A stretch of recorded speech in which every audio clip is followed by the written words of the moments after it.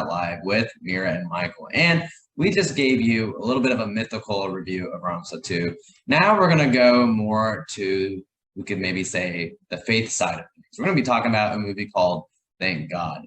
Now, I'll be 100% honest. This is a wacky movie. This movie was made on planet Mars or something. Or I don't know what happened whenever the writers writing this. Maybe they had a good little weed session and they were just thinking out of their mind. But this movie was just out there. So thank God is kind of similar to like some of those movies where you might think like Bruce Almighty, or some of those where like you're faced with the God, right? Like someone dies, they're faced with God, and something happens, right? Very similar with this movie.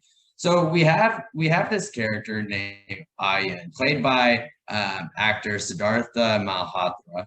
Is that the correct pronunciation, Mira? This pronunciation check, I get the thumbs up. And he is a successful realtor who does not care about how his clients are, really making their money, or a lot of his clients are criminals and they're laundering money through, real estate deals, etc. But all of a sudden, Mr. Modi is on the verge of bankruptcy. They decide to demonetize him, and so he sells his house. He's finding ways to like relocate, and on his way to a meeting, he gets into a car accident and dies. Next thing we know, he is pretty much faced with God.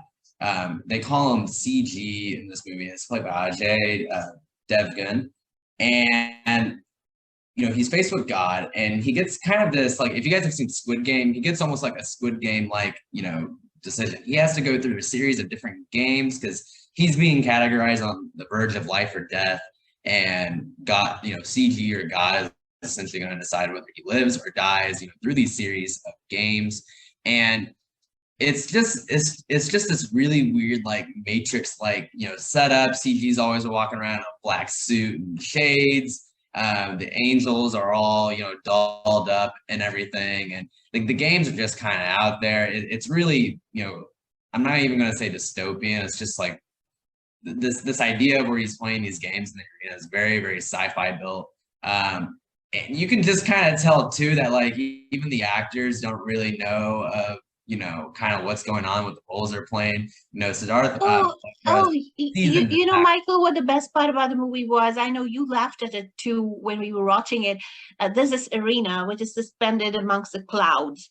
And, there are 3 or 4 tiers to the arena, and then people in white with white hair are literally standing over there. And every time he plays a round of the game, Ayaan plays a round of the game, and, the way he acts or the way they perceive he acts, they have to throw white or black balls into 2 vessels on either side of Ayaan.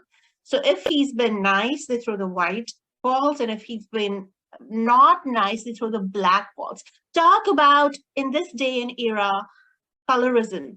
And this is like the basis for colorism. Everything bad is black, everything great is white, and all the angels are literally wearing white as well. So it's kind of, the optics of it was pretty jarring in this day and age where we're trying to walk away from colorism. There's pretty much a slap in the face of any movement to bring color to take color out of our lives. Well, not only that, like these kinds of movies really try and, pull on this theme, or maybe not even a theme, but they really try and like build this narrative where like you have someone who's like not a very good person, right? And once they look at their life and see kind of what they've done, what they've contributed, or even the bad things that they've done, they get a good sense of who they actually are. And then there's this new profound, like, desire to do good in the world, or the desire to be, good to the family, or maybe value the family, be grateful for that. But we don't really see a lot of that here. It's like, as what you were talking about, it's just kind of saying that like everything that you do is either black or white, right? There is no, it's like it was either good or it was bad. There was no sort of like, I would say like conceptualizing or thinking deeply about like, some of the things that you're doing in your life and where you're at now. It also just wasn't a very satisfying ending either. Like, if you're out there, you can probably guess what happened in this movie. And when he, gets out of this game and stuff, the entire concept that there is a higher power that has the time to impart moral lessons about lies and deceit to people is a bit really far-fetched, in my opinion. but also the interesting moral science lectures that everybody's given to the guy. It's hilarious. It's hilarious that somebody took the time to write a script like this, and they thought it was seriously funny to write a script like this, because it wasn't funny. It was downright racist to start with, when especially when they started segregating everything in black and white. Then it was kind of very more, highly, it was like a preachy movie where they're telling you what's right and what's wrong, and how people should behave and how people should not behave. And then it gets really preachy in the middle of it, especially when the god is trying to, you know, um, it's funny. I would say it was choppy, right? Because things would try and be funny, and then all the humor would die out, and they would try and get really serious for a second about whatever kind of lesson God was trying to throw, and then they would try and throw in this humor. It didn't really flow in that regard. And you could see the actors didn't believe in it either, because Siddhartha Malhotra, who's supposed to be a fine actor otherwise, and he's damn good looking at that, but throughout the movie, it was as if he was forcing himself to ham into comedy, which just wasn't.